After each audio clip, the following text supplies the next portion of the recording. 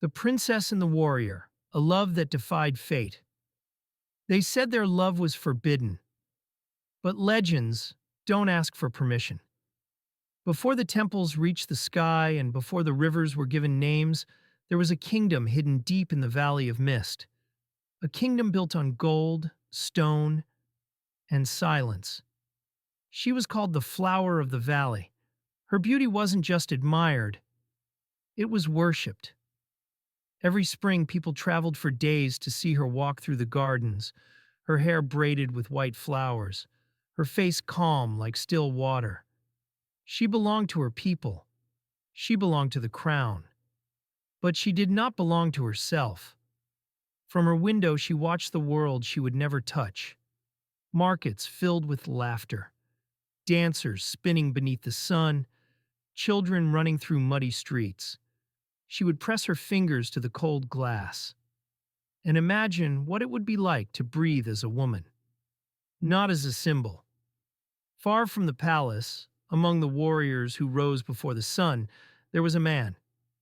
He carried no crown, wore no gold, only scars and honor. He had no family, only the oath he made to protect the kingdom. The people called him the Silent Hawk, for he spoke little but struck fast. His world was made of sweat, steel, and quiet loyalty. He did not know love. He did not need it. Until the night he saw her. It was the night of the Blossom Festival. A night when the moon smiled down on the people. The princess had slipped away from her guards, for the first time in her life, blending into the crowd. Laughter filled the air. Music echoed through the plaza. For a heartbeat, she felt free. Then, chaos. A frightened horse tore through the street, screams, a flash of hooves. A hand caught hers, strong, warm, steady. It was him, the warrior. He didn't bow. He didn't kneel. He just held her, like a man protecting a life. For the first time, she was saved, not by guards or kings, but by a stranger with fire in his eyes. Their eyes met only for a moment. But once was enough.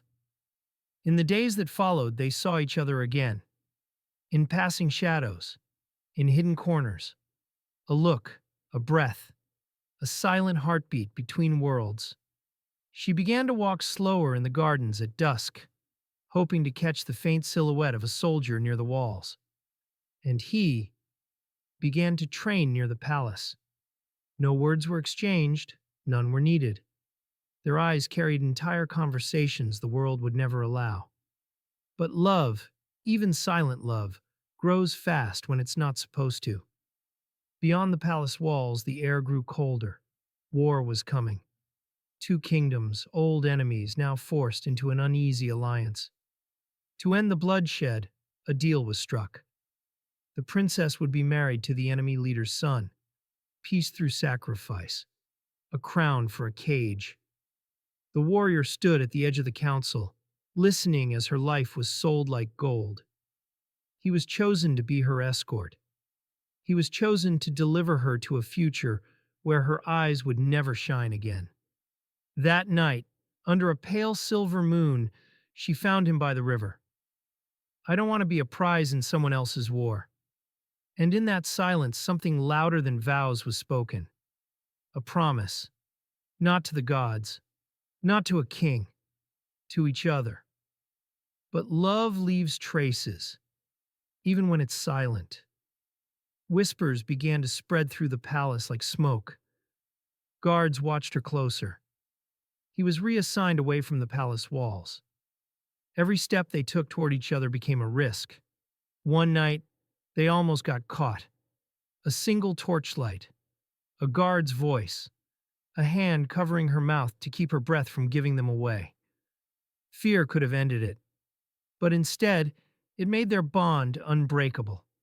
The wedding morning came dressed in storm clouds. She wore gold, but felt the weight of chains. He wore armor, not for battle, but for betrayal. When the drums echoed through the valley, they disappeared. The forest swallowed them whole. Behind them, soldiers roared. Ahead of them, The unknown. They rode through rivers that bled with rain. They crossed bridges meant only for ghosts.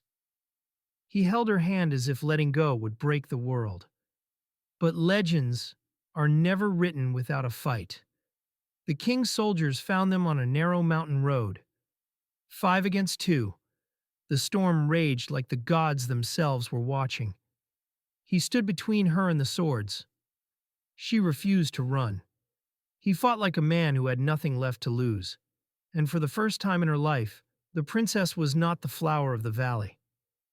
She was the storm beside him. When the last blade fell, silence returned, heavy, holy. By dawn, they reached a valley no crown had claimed. No kings, no wars, no gold, just wind, water, and freedom. There they built their lives, not as princess and warrior, but as two souls who chose each other over fear. Years passed, and travelers spoke of a distant valley where love was free, where a princess became a woman, and a warrior found peace. Some stories end with war. Theirs began with freedom.